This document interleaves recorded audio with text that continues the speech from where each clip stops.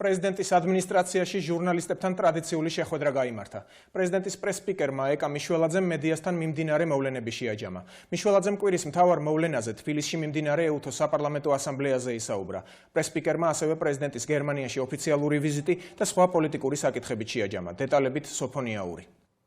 ირაკლი სესიაშვილის განცხადებას პრეზიდენტის ადმინისტრაციაშიც ეხმაურებიან. პრეზიდენტის შეფასებით მოქმედი და ყოფილი ხელისუფლების წევრებს ავიწყდებათ, რომ სახელმწიფოს წინაშე პასუხისმგებლობა აქვს და პოლიტიკურ დღის წესრიგზე ზრუნვაში იმაზე მეც ლაპარაკობენ, ვიდრე სათქმელია. ამით კი პირველ რიგში ქართულ სახელმწიფოს აყენებენ ზიანს. პრეზიდენტმა სტამბოლის ტერაქტის შემდეგ ექს-პრეზიდენტ მიხეილ სააკაშვილის მიერ გაკეთებულ შეფასებას ზღვარგადასწული განცხადება და პოლიტიკური უტაქტობა უწოდა. ხაზი გვინდა გავუსვათ უკრაინის ხელისუფლების მაღალჩინოსნის მიხეილ სააკაშვილის ზღვარგადასულ გამონათქვამებს. მაშინ, როდესაც ქართული სახელმწიფო და ქართველი ჯარისკაცები ტერორიზმს ებრძვიან, არა მხოლოდ სიტყვებით, არამედ საქმით, მონაწილეობენ საერთაშორისო უსაფრთხოების მისიებში, ანტიტერორისტულ ოპერაციებში.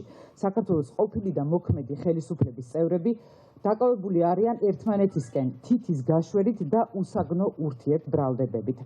პრეზიდენტი გიორგი მარგველაშვილი ეუთო საპარლამენტო ასამბლეის 25 სესიის დასრულებას დადებითად აფასებს და ფორუმის ორგანიზატორს საქართველოს პარლამენტს მადლობას უხდის. როგორც პრეზიდენტის პრეს-სპიკერმა ეკა მიშველაძემ განაცხადა, პრეზიდენტი მიიჩნევს, რომ აღნიშნული ფორუმი ქვეყნისთვის უმნიშვნელოვანესი ღონისძიებაა და ქვეყნის დიპლომატიურ არსენალში მნიშვნელოვანი ფურცელია. ეს არის უმნიშვნელოვანესი პოლიტიკური და საერთაშორისო ღონისძიება, რომელიც განსაკუთრებული შედეგით დასრულდა. საქართველოსთვის ასამბლეამ მიიღო საქართველოს შესახებ უმნიშვნელოვანესი რეზოლუცია, რითიც კიდევ ერთხელ მსოფლიო თანამეგობრობამ მხარი დაუჭირა საქართველოს ტერიტორიულ მთლიანობას და სუვერენიტეტს. გიორგი მარგველაშვილი არაკვალიფიციურს და არაკომპეტენტურს უწოდებს საქართველოს ელჩის არშილ გეგეშიძის მიერ ამერიკის შეერთებულ შტატებში გაკეთებულ განცხადებას, სადაც ელჩი საქართველოს მმართველ გუნდში პრორუსული ძალების არსებობის შესახებ საუბრობდა.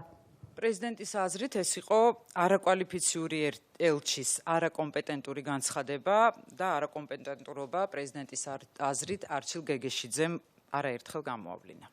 ამნისტიის შესახებ პარლამენტის მიერ 24 ივნის მიღებულ კანონპროექტს პრეზიდენტმა დღეს მოაწერა ხელი, როგორც ადმინისტრაციაში გამართულ ბრიფინგზე პრეზიდენტის პრეს-სპიკერმა ეკა მიშველაძემ განაცხადა, კანონის მიხედვით ნაკლებად მძიმე დანაშაულებისთვის ბრალდებული და მსჯავრდებული 70 წელს გადაცილებული მამაკაცები და 65 წელს გადაცილებული ქალები გათავისუფლებიან.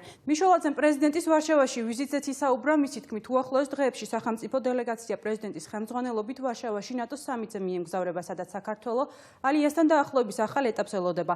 პრეზიდენტის პრეს-სპიკერის თქმით, გიორგი მარგველაშვილი ვარშავის სამიტის ფარგლებში ორმხრივ შეხვედრებს გამართავს.